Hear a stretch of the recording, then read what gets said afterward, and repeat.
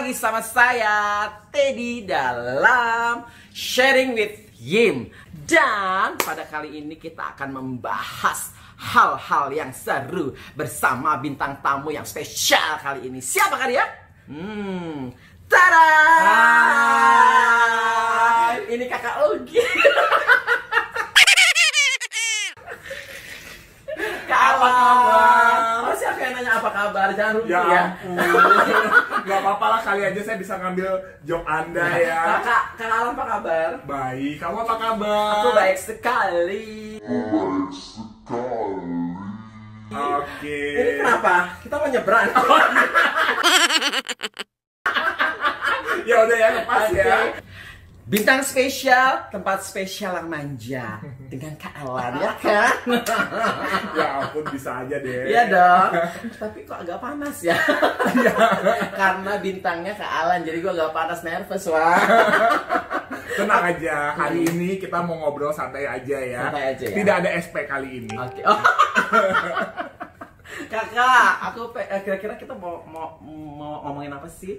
Oke, kayaknya sih kita mau ngomongin yang sedikit yang lagi banyak diomongin orang ya.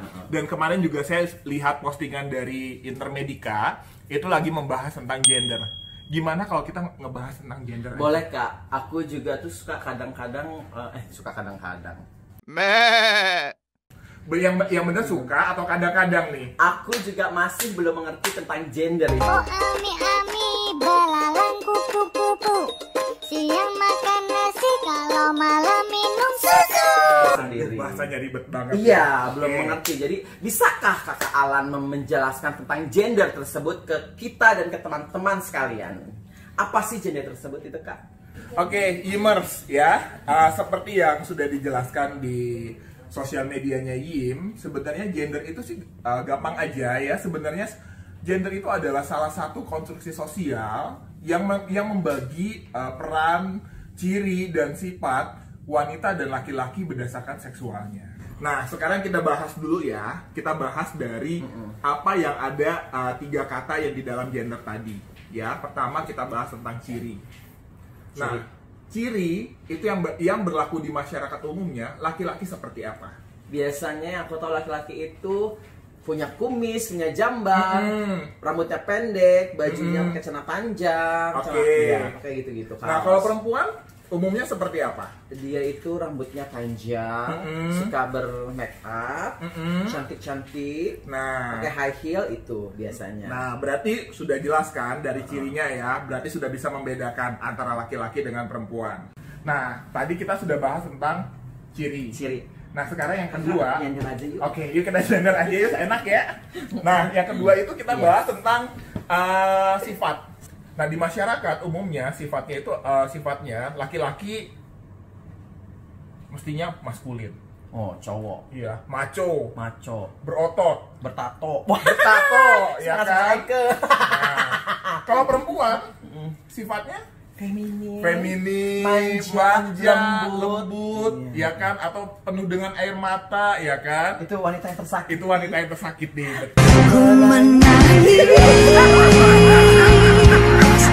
Nah, sekarang kita bahas yang keperan. Tapi tunggu ya, perutnya nggak enak, ditutupin dulu ya. Perutnya kenapa, Kak?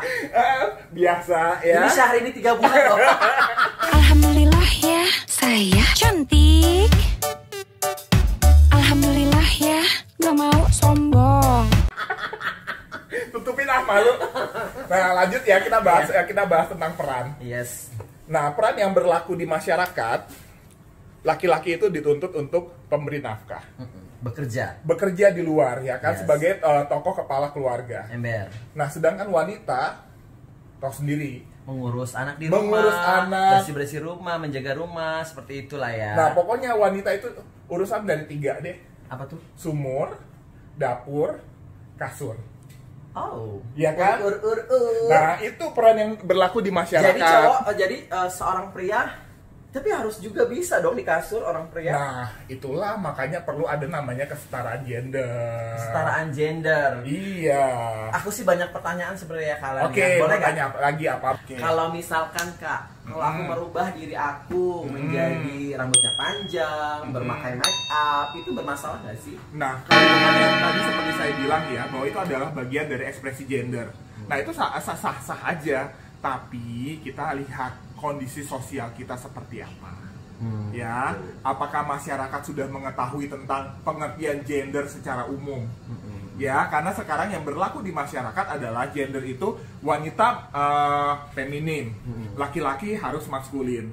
Nah, kita harus memberikan edukasi. Caranya seperti apa? Dengan talk show seperti ini. Nah, teman-teman, silakan mengekspresikan gender kalian, tapi harus lihat situasi, kondisi, ya kan, di lingkungan kalian semua. Tapi Ted ya, sebelum kita lanjut ngobrol dulu, aku nih mau ngingetin lagi kepada teman-teman semua yang lagi nonton nih, termasuk kamu, jangan lupa ya subscribe channel kita, tekan loncengnya, dan di like juga. Setuju ya, supaya makin banyak mendapatkan informasi yang up to date dari Intermedika dan akurat dari Yayasan Intermedika. Benar sekali. Kakak, aku mau nanya lagi. Boleh. Banyak banget pertanyaannya. Lanjut. Aku pernah denger nih ya tentang identitas gender. Oke. Nah, itu dong Kak, jelaskan masalah identitas gender kepada saya dan teman-teman. Identitas gender itu sebenarnya gampang ya. Itu bagaimana seseorang meyakini dirinya itu sebagai laki-laki, perempuan, atau sebagai transgender. Simpel aja. Oh gitu. Iya. Jadi kalau aku pria feminim disebutnya pria feminin gitu? Ya enggak, ya kamu seorang pria, tapi ekspresi gender kamu feminim. Oh, jadi terserah saya ya, saya mengidentifikasikan saya sebagai perempuan sebagai laki-laki tergantung saya sendiri. Nah, saya merasanya seperti itu gitu. Nah, itu itu namanya dia. Identitas gender. Oke, berarti sudah paham ya tentang konsep identitas gender sendiri ya. Jadi tidak peduli, yang penting kita merasakan dan kita nyaman bahwa kita posisinya sebagai apa, ya kita jalanin aja. Nah, teman-teman kalau ada pertanyaan bisa di komen aja di situ. Tanya apa aja ntar kita jawab. Ya. Lanjut. Pertanyaan selanjutnya tentang kekerasan gender. Kakak jelaskan lagi, kekerasan gender itu apa? Kekerasan gender. Oke. Sebenarnya kekerasan gender itu ya, kekerasan itu bisa terjadi dalam bentuk kekerasan fisik atau kekerasan non fisik. Itu terjadi karena perbedaan cara pandang seseorang mengenai gender. Gitu. Ya contohnya ya, kita keluar dari sini, kita jalannya ngondek-ngondekan. Ngondek itu gimana? Kayak perempuan feminim? Iya, feminim gitu. Laki-laki feminim. Ya, feminim gitu. Tiba-tiba ada orang yang bilang bencong gitu. Nah, seperti itu. Itu udah termasuk salah satu kekerasan berbasis gender. Oh, bulian gitu iya, ya. Bisa. Katain. Betul. Itu bulian tentang apa?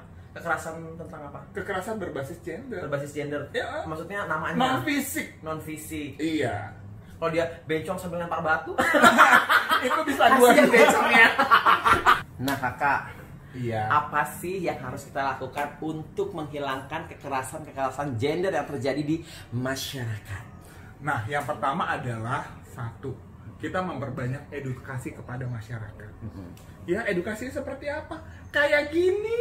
Berarti bukan kitanya yang harus dirubah. Kita tidak perlu merubah, tapi kita bisa melihat dan menempatkan situasi ya. Kalau misalkan kita lihat di suatu masyarakat itu belum mengerti tentang gender itu apa, kita mesti bisa menjaga diri ya. Dan kalau misalkan kita berkumpul dengan teman-teman yang sudah mengerti tentang gender, identitas, dan ekspresi, bolehlah kita berekspresi dengan bebas. Nah, ya kan? Pokoknya sih dari bincang-bincang yang tadi ya, pokoknya intinya kita mesti bisa menghargai berbagai macam gender dan bagaimana cara mereka mengekspresikan gendernya. Ya, jadi identitas gender itu ya sah-sah aja ya. Mereka mau mengekspresikan seperti apa, ya kita masih menghargai. Dan yang penting adalah kita tetap selalu dalam persatuan dan kesatuan. Kan mau Indonesia merdeka, Bu. Iya, sejahtera dan damai. Nah, ya itu kan? dia. Ya ampun, nama lampir sekarang. Gak berasa loh, udah tengah malam ya kan. Aku mau tutup dulu acara ini. Guys, teman-teman, sudah tahu semua kan tentang gender. Semuanya tadi udah dibahas ya. Jangan lupa di like, di subscribe, ditekan tombol loncengnya, dan komen pertanyaan-pertanyaan banyak, masukin aja. Dan sekarang kita udah selesai. Waktu itu dulu.